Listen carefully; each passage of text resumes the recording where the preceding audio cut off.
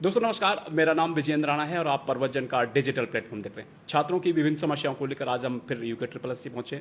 मार्तुले जी हमारे साथ जुड़े हैं। आप लाइव कमेंट और शेयर करते रहिएगा, अपनी समस्याएं जो है बताते रहिएगा, क्या क्या आपकी समस्याएं, क्योंकि कुछ समय पहले जो हमने पोस्ट डाली थी काफ़ी छात्रों की बहुत सारी समस्याएं आई थी। उस एक के बाद एक जो समस्या है वो हम आप सर के सामने रखेंगे। सर स्वागत है हमारे इस प्रोग्राम में। जी धन्यवाद।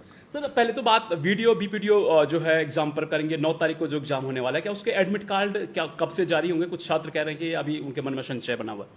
नहीं, ये संशय नहीं होना चाहिए। एडमिट कार्ड आज हम लोगों ने शुरू कर दिया है जी जी। और अपने संवाद में डाल दिया है। लोग कैंडिडेट जो है, अभ्यर्थी जो हैं, वो अपने एडमिट कार्ड को डाउनलोड कर सकते हैं। सर बात कही जा रही थी कि ऋषिकेश में और जो हरिद्वार में जो बात कही जा रही थी कांवड़ मेले की, वो पटकथा कहीं वो मुझे लगता नहीं कि वो कहीं अब सच बैठी। नहीं, वो बेसिकली हरिद्वार में हो सकता था, ट्रैफिक प्रॉब्लम हो सकती थी और इसीलिए हम लोगों ने पुलिस महानिदेशक महोदय से भी बात किया था। तो ये तय हुआ कि उनके हिसाब से, क्योंकि नेचुरली मतलब हरिद्वार में नहीं हो सकता, कांवड़ रहेगा, भीड़ रहेगी, लोगों को दिक्कतें होंगी, ऋषिकेश में भी बहुत प्रेशर रहेगा। तो इसके लिए वो दोनों सेंटर के जो लोग हैं, देहरादून के तो पहले देहरादून डिस्ट्रिक्ट ने शिफ्ट कर दिया, लेकिन हरिद्वार को हम लोगों ने हरिद्वार, उधम सिंह नगर और पौड़ी में शिफ्ट करने की कोशिश की है और 9 तारीख को एग्ज़ाम अपने समय से होगा। सर बहुत सारी परीक्षाएं ऐसी हैं जहाँ जो है वेटिंग का लोग अभ्यर्थी इंतजार कर रहे हैं, तो क्या आप क्या कहेंगे? इन वेटिंग कब तक जारी होंगे विभिन्न विभागों की वेटिंग लिस्ट? देखो, वेटिंग जो हमारे यहाँ मेन रूप से एक तो वन आरक्षी का है, उसका एक हमारे पास लंबित है, जिसको हम लोग कोशिश करेंगे आजकल में उसका रिकमेंडेशन हम फॉरेस्ट डिपार्टमेंट को भेज दें। दूसरा एलटी का था, जिसमें 3 क्वेश्चन चैलेंज हुए थे कोर्ट में, जिसमें उसमें हमारी एक मीटिंग 30 तारीख को होगी विशेषज्ञों की, एक आज मीटिंग है हमारी, और उसके बाद दोनों का एक्सपर्ट की रिपोर्ट के आधार पे हमें रिपोर्ट कोर्ट को सबमिट करके अगले मेरे ख्याल से हफ्ते 10 दिन में उसका रिजल्ट निकल जाना चाहिए हमारे। सर जल निगम की एक भर्ती था, उसके विषय में भी जो है अभी तक उसके रिजल्ट के विषय में छात्र जानना चाहते हैं कि ये कब तक जो है रिजल्ट आ पाएगा? उसको हम कोशिश करेंगे अगले सप्ताह करीब 13-14 तारीख तक उस पर भी हम फाइनल निर्णय ले लें और लेंगे भी, हम लोग निपटाएंगे उसको भी। छात्र अपनी जो है समस्याएं रखते रहिए, क्योंकि मेरे फ़ोन पे नेटवर्क की प्रॉब्लम आ रही है। मैं कैमरामैन से कहूँगा जो है आप इस फ़ोन को जो है इसमें थोड़ा सा नेटवर्क इश्यूज देखें, और जो छात्र जो अपनी समस्याएं रखना चाहते हैं उन छात्रों की जो हम समस्याएं जो पढ़ेंगे, एक एक करके सारे सवाल हम लेंगे, और आप कमेंट्स जरूर कीजिएगा, शेयर जरूर कीजिएगा, लाइक जरूर कीजिएगा और बताइएगा कि जो आपकी समस्याएं हैं, क्या क्या आपकी समस्याएं। सर रेशम विभाग के बारे में भी थोड़ा छात्र जानना चाहते हैं। रेशम विभाग के बारे में क्या आगे क्या प्रोग्रेस? नहीं, वो भी लंबित है हमारे पास, और मेरी कोशिश ये है कि हम लोग जुलाई के बाद कोई भी पुराना चीज़ पेंडिंग ना रखें। कोशिश करूंगा मैं 9 तारीख के बाद जितने भी पेंडिंग हमारे पास हैं उन सब का निपटारा हो जाए। सर वाहन जो परिचालक परीक्षा है, इसके विषय में क्या जानकारी है सर? ये बहुत सारे छात्र कह रहे हैं। नहीं, उस पर अभी कोई निर्णय हमने नहीं लिया है। मैं 9 तारीख को एग्ज़ाम हो जाता है, फिर वाहन चालकों के बारे में उस पर फिर विचार करूंगा, जो भी होना है उसमें। अभी तक हम वाहन चालकों वाली परीक्षा को हम लोगों ने टच नहीं किया है। जी sir. Sir jolly Reddy ji कह रहे हैं कि कनिष्ठ सहायक की नियुक्ति कब होगी? कनिष्ठ सहायक की नियुक्ति भी बहुत ज़्यादा समय नहीं लगेगा, केवल क्योंकि 189 उसमें हर कैंडिडेट का अपने अपने चॉइस थी, कहाँ मैं जाऊँ कहाँ मैं न जाऊँ, मेरिट के हिसाब से उनका आमंत्रण था। एक आमंत्रण हमने पहले किया था, उसमें कुछ त्रुटियां रह गई थी और उसको हम नए सिरे से कर रहे हैं और नेक्स्ट वीक में उसका रिजल्ट चला जाएगा। सर अब पुलिस भर्ती में भी वेटिंग की बातें कही जा रही है, तो क्या वेटिंग लिस्ट लगाई जाएगी या इस प्रकार का कोई पटकथा? पुलिस की भर्ती हमारे पास केवल हेड कांस्टेबल की है, रेडियो वाली, उसके अलावा कोई लंबित नहीं हमारे पास, और उसकी भी रिजल्ट हम लोग अभी बहुत जल्दी शुरू करेंगे। सर अधिकांश जो मैसेज आ रहे हैं कनिष्ठ सहायक को लेकर, छात्र बहुत परेशान है, 746 पदों को लेकर अभी भी छात्र बहुत परेशान है। अमूमन जितने कमेंट्स हैं सारे कनिष्ठ सहायक को लेकर आ रहे हैं। एक बार दोबारा हम जानना चाहते हैं कनिष्ठ सहायक का सर, ये आखिर ये अड़चन आई क्यों, इतना समय क्यों लग गया सर? देखिए, कनिष्ठ सहायक में सबसे बड़ी दिक्कत क्या आई कि इसमें केवल 189 उसमें चॉइस थी लोगों के पास, डिपार्टमेंट की कौन कहाँ जाना चाहता है। तो मेरिट के हिसाब से उनका आमंत्रण करना एक बहुत बड़ा काम है। इसमें शुरू के 2 दिन हम लोगों ने ऑफलाइन की कोशिश की, उसके बाद हम लोगों ने कहा कि ऑनलाइन भी दे सकते हैं, कि बहुत समय लग रहा था उसमें। तो उसमें फर्स्ट फेज के आमंत्रण में हो सकता है मेरिट के हिसाब से किसी को अपना चॉइस करना मिला हो, तो उसको हम दोबारा रिव्यू कर रहे हैं, क्योंकि उसमें दोबारा डीवी भी हुई थी करीब 30-35 लड़कों की। और अब हम कोशिश ये कर रहे हैं कि फुल प्रूफ उनके चॉइस के हिसाब से, उनके ऑप्शन के हिसाब से, मेरिट के हिसाब से उनका आमंत्रण हो।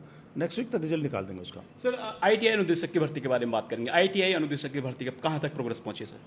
उसमें हमारा काम पूरा हो गया है। उसमें कुछ अनुभवों को लेकर के जो सर्टिफिकेट दिए गए हैं, कुछ सर्टिफिकेट को थोड़ा सा हम लोग कोशिश कर रहे हैं कि उसका एक थोड़ा सा उसके बारे में एक सत्यापन उसका करा लिया जाए कि क्या जो अनुभव 3 साल का था या 2 साल का था वो सही सर्टिफिकेट है या नहीं। हम उसका ज़्यादा बच्चे नहीं हैं, उसका मेरे ख्याल से अगले हम भेज चुके हैं। जैसे उनका रिजल्ट निकलता है, उनका आती है हमें आख्या, उसके बाद निकाल देंगे उसको भी। रिजल्ट हमारा तैयार है। सर क्या इसमें भी कुछ कहा जा रहा है कि कुछ जो सर्टिफिकेट बनाए गए हैं उसमें भी कुछ गठजोड़ या झालमेल की बातें कही जा रही हैं? नहीं, झालमेल तो नहीं कह सकते, लेकिन सर्टिफिकेट कुछ सर्टिफिकेट पर हमको डाउट है, तो उसका क्लेरिफिकेशन, उसका जस्टिफिकेशन, उसका सर्टिफिकेशन या उसका प्रमाणित करने के लिए हम जिसने वो इशू किया उनको भेजा है हम लोग। सर एक जो है एक अभ्यर्थी पूछ रहे हैं कि सर बीडीओ और वीपीडीओ की जो हाई कोर्ट में जो सुनवाई हुई है उसका क्या परिणाम निकला? बीपीडीओ पीरियड में कोई अभी हाई कोर्ट में ऐसी कुछ सुनवाई तो ऐसा कोई है तो नहीं कि एग्ज़ाम कैंसिल हो, ऐसा तो कुछ भी नहीं है। जी जी। उसमें ऐसा कोई कोर्ट ने डायरेक्शन दिया हो ऐसा भी नहीं है। उसमें कोर्ट का ये था कि उसमें 2 लोगों ने शायद एक ये दिया था कि मेरी मदर एक्सपायर हो गई थी या 5 मिनट लेट हुआ तो मुझे बैठने दिया जाए क्योंकि मैंने पहले एग्ज़ाम में नहीं बैठा हूँ मैं। वो एक कोर्ट का था उसमें आदेश। उस पर 5 तारीख को भी अभी जो भी अगली डेट होगी उस पर हम चर्चा करेंगे। सर एक अरविंद बडोनी जी पूछ रहे हैं कि सहायक कृषि अधिकारी भर्ती परीक्षा है कि डेट कब जारी होगी और इसके फॉर्म 2 साल पहले भरे गए थे। नहीं, सहायक कृषि अधिकारी उसकी बात कर रहे हैं जिनका एग्ज़ाम हो गया, प्रेस एग्ज़ाम की बात कर रहे हैं आप? सर ये एक्चुअली ये दोबारा मैं इनसे कहूंगा कि आप कमेंट्स करें किस विषय में आप कह रहे हैं। सर हम दोनों पक्ष जानेंगे कि आप दोनों पक्ष जो है क्योंकि क्लियर हो जाए। नहीं, पुराना रिजल्ट तो देखिए ना, उसमें सहायक कृषि अधिकारी और रेशम में थोड़ा विवाद था क्योंकि कुछ लोगों ने क्या किया, कृषि अधिकारी ज्वाइन कर लिया, लेकिन कृषि अधिकारी में शायद 1 या 2 साल तक उसको स्टाइफंड मिलता था, पे नहीं मिलती थी। तो वहाँ गए तो उनको पता लगा, उन्होंने वहाँ छोड़ दिया। फिर रेशम में प्रॉब्लम नहीं थी तो वो उस पर चल रहा है, वो भी हम लोग इसी महीने उसको भी खत्म कर देंगे जो भी काम कर रहे हैं। सर विक्की चौहान जी कह रहे हैं कि सर 1 आरक्षी के 93 पदों पर वेटिंग कब तक आएगी, हम लंबे समय से इंतजार कर रहे हैं। नहीं, हमारे हिसाब से केवल 54 या 55 पद होने चाहिए थे, उसको हम लोग तैयार कर रहे हैं और हमारी कोशिश है कि आज या कल में वो निकल जाए रिजल्ट। सर अन्य मुद्दों पर भी बात करते हैं। सर अब 9 तारीख को जो भर्ती परीक्षा होगी उसमें पारदर्शिता की बात करते हैं, ट्रांसपेरेंसी किस प्रकार से होगी, क्योंकि काफ़ी अच्छे प्रयास आपके द्वारा किए गए हैं और जिनका परिणाम ये भी है कि 5 दिन में जो है आपने रिकॉर्ड जो है रिजल्ट निकालें। ट्रांसपेरेंसी किस प्रकार से हो, क्योंकि आने वाला जो बीपीडीओ बीडीओ एग्जाम है एक अच्छा एग्जाम है, इसकी बड़ी चुनौती आपके सामने। देखिए, सबसे महत्वपूर्ण एग्ज़ाम है हमारे दृष्टिकोण से और स्टेट में सबसे वेतनमान के हिसाब से भी एग्ज़ाम थोड़ा बड़ा माना जाता है, स्नातक स्तरीय इसको ही कहते हैं। और इसमें लड़के भी संख्या भी ज़्यादा होगी। इसमें देखिए सबसे बड़ी चीज़ है कि हम बायोमेट्रिक करा लें, जैमर लगा लें, फ्रिस्किंग चेकिंग ठीक से हो, कोचिंग सेंटरों का वेरिफिकेशन हो, परीक्षा के दिन आने जाने वाले वाहनों की चेकिंग हो, होटल ढाबों की चेकिंग हो। तो उससे क्या होता है कि कोई बदमाशी करना भी चाहे तो वो नहीं कर पाएगा। हमें जितना प्रोएक्टिव होकर के कार्रवाई करेगी डिस्ट्रिक्ट एडमिनिस्ट्रेशन, पुलिस एडमिनिस्ट्रेशन, उतना ही हमको आसान होगा। हमारी कोशिश होगी कि हम समय से पेपर उनके पास पहुंच जाएं, हमारे लोग समय से वहां पहुंच जाएं, जो भी छोटी मोटी क्वेरीज है उनको हम पूरा करें और समय से हमारा एडमिट कार्ड जारी हो जाए, ये हमारी कोशिश होगी। और पूरी पारदर्शिता के साथ एग्ज़ाम करने का प्रयास होगा, जिसमें डिस्ट्रिक्ट एडमिनिस्ट्रेशन का, स्पेशली डिस्ट्रिक्ट मजिस्ट्रेट और एसएसपीज़ का महत्वपूर्ण रोल होगा इसमें।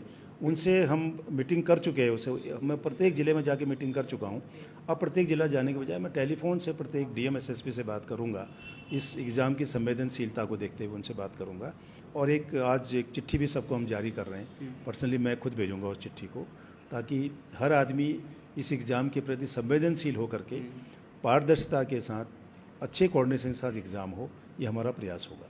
सर मनीष टमटा जी पूछ रहे हैं कि हमारा सेंटर रुद्रप्रयाग से देहरादून क्यों डाला गया, पहाड़ों में जो है इस प्रकार सेंटर क्या समस्या आ रही है? देखो, ऐसा नहीं कि हमारी कोशिश ये भी होता है कि जो सेंटर कहाँ मांग रहे हैं रैंडमली हम लोग करते हैं और हो सकता है सेंटर चेंज हो। एक लड़की मेरे पास आई थी कि मेरा सेंटर रुद्रप्रयाग के बजाय देहरादून कर दिया जाए, तो ये पॉसिबल नहीं है। रैंडम थोड़ा सा देखते हैं हम लोग कि सेंटर के लिए अब चिंता नहीं होनी चाहिए लोगों को। देखिए, सेंटर कहीं भी हो सकता है। अब आप कभी आप देखिए नीट वीट के एग्ज़ाम में पता नहीं कहाँ से कहाँ पहुँच जाते हैं आप लोग, लेकिन ऐसा कुछ नहीं है। रैंडमली हम चेक कर रहे हैं। हो सकता है कि वहाँ उतनी जगह ना हो, लड़के ज़्यादा हों, सेंटर ज़्यादा हो, उसकी कैपेसिटी कम हो, ये भी कारण हो सकता है। लेकिन कहीं भी एग्ज़ाम हो, एग्ज़ाम देना चाहिए लोगों को। सेंटर के लिए परेशान मत हो, अपनी मेहनत पर विश्वास करो ना, सेंटर पे तो पहुँच ही जाएंगे आप। बिल्कुल सर। एक अभ्यर्थी लिख रहे हैं कि आगे कौन कौन सी जो है भर्ती होंगी और कब तक नोटिफिकेशन आएगा? देखिए, अगली भर्ती हमारे पास करीब 550 पद के अध्याचन हमारे पास हैं। उस पर अभी हम लोगों ने कोई काम नहीं किया अभी शुरू। हम इस स्नातक स्तरीय एग्ज़ाम हो जाता है और पुरानी पेंडिंग जो भर्ती हैं, जो जिनके रिजल्ट निकालने हैं, हम लोग को वेटिंग लिस्ट निकालनी है, उसको निकालने के बाद 1 अगस्त से कोशिश करेंगे कि जो हमारे पास नए अध्याचन है उस पर हम कार्रवाई करें और सितंबर अक्टूबर तक उन एग्ज़ाम को शुरू करा दें। सर, एक अभ्यर्थी है मनीष टमटा जी, ये कह रहे हैं कि हमारा जो एग्जाम सेंटर था वो रुद्रप्रयाग था और जो अब हम कैसे जाएंगे, कांवड़ मेले की प्रॉब्लम बता रहे हैं। कांवड़ मेले की प्रोग्राम रुद्रप्रयाग में नहीं है, नहीं, देहरादून में भी नहीं है। अब ऋषिकेश से बड़े आराम से आ सकते हैं, आपके पास बाया पौड़ी आ सकते हैं, कई रास्ते हैं आने के लिए, ऐसा नहीं है। हाँ, अगर हरिद्वार होता तब मैं समझ सकता था, अदरवाइज हर आदमी पहुंच जाएंगे। कांवड़ का कोई प्रेशर 10 से पहले नहीं होगा। सर, फिर कनिष्ठ सहायक 761 का जो है उस पर काफ़ी कमेंट्स आ रहे हैं। आखिर ये भर्ती परीक्षा में सर फिर अभ्यर्थी जानना चाह रहे हैं कि कब तक, कितने दिन जो है, क्योंकि आपने कुछ आश्वासन दिया था कुछ दिन पहले, शायद या 2-4 दिनों में आ जाएगा। अभी कह रहे हैं कि भैया कब तक। मैं आपको 2-3 बार इस पर चर्चा हो गई हमारी सबसे बड़ी समस्या 149 कितना कहेंगे 189 जी। चॉइस को लोगों को मेरिट के हिसाब से देने में थोड़ा समय लग रहा है हमें, और हमारी कोशिश है कि अगले हफ्ते इसका रिजल्ट निकल जाए। कोशिश हमारी ये होगी इसी हफ्ते निकले बहुत अच्छा, नहीं तो अगले हफ्ते तो उसको निकालना ही तो है ही हमें। बिल्कुल सर, क्योंकि पहले वाले चॉइस के हिसाब से थोड़ी सी लोगों को ऑब्जेक्शन था, तो उसको ठीक कर लिया हम लोगों ने, उसको निकालेंगे अगले हफ्ते। सर, दीप सैनी जी कह रहे हैं कि जो है हरिद्वार वालों के साथ इतना अन्याय क्यों किया जा रहा है। कांवड़ मेले के दौरान हरिद्वार से बच्चों के सेंटर नैनीताल, उत्तरकाशी, अल्मोड़ा डाल दिए गए हैं। कांवड़ के दौरान कैसे जा पाएंगे इन्होंने, और जो है कांवड़ की जी प्रॉब्लम बता रहे हैं सर। देखिए, कांवड़ की प्रॉब्लम तो इसलिए होगी, कांवड़ की प्रॉब्लम इसलिए मान सकते हैं कि हम हरिद्वार में आपका सेंटर रखता हमें, तब तो आपको दिक्कत थी, और हरिद्वार इसीलिए हम लोगों ने हटाना पड़ा हमें कांवड़ के चक्कर में। कांवड़ का एक्चुअल प्रेशर जो ट्रैफिक प्लान आज मैं देख रहा हूँ, वो उन्होंने शायद लिखा है कि 9 के बाद या 9 से ऐसा कुछ लिखा है उन्होंने। 8 तक नॉर्मल ट्रैफिक में भी रिस्ट्रिक्शन नहीं है, और लड़कों को बाहर जाके एग्ज़ाम देने में मेरे ख्याल है कोई दिक्कत नहीं होनी चाहिए। और एग्ज़ाम को पोस्टपोन भी करना मेरे लिए संभव नहीं है, क्योंकि मेरे सारी चीज़ें पाइपलाइन में है, इवन पेपर हमारा तैयार हो गया है। जितने दिन आप चीज़ों को बाहर रखोगे वेटिंग में, उतनी परेशानी होगी। थोड़ी असुविधा हो सकती है आपको, लेकिन थोड़ी असुविधा भी देखिए। अगर आप अपने कैरियर के प्रति चिंतित हैं तो थोड़ी असुविधा भी उठानी चाहिए, और जहाँ भी सेंटर है आप एग्ज़ाम दो।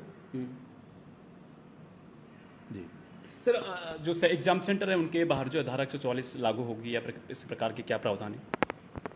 वो तो देखिए, जो भी जहाँ भी सेंटर होगा उसके बाहर 100 मीटर के आगे किसी को नहीं आना। 144 तो लगाई जाती है, रूटीन का सिस्टम ही है, उसको स्ट्रिक्टली इन्फोर्स करना हमारी जिम्मेदारी होगी, और हमको करना भी चाहिए। सर, शेरू जी कह रहे हैं कि कर्मशाला अनुदेशक का फाइनल रिजल्ट कब तक आएगा? सर, कर्मशाला रिजल्ट मैंने आपको बताया, मैंने कुछ सर्टिफिकेट का वेरिफिकेशन के लिए भेजा है, जैसे वो निकलता है वो मैं तुरंत उसका रिजल्ट निकाल दूंगा। सर, एक मोनू कुमार जी कह रहे हैं कि हरिद्वार से उत्तरकाशी कैसे जाऊँ सर, मुझे पैसे कौन देगा?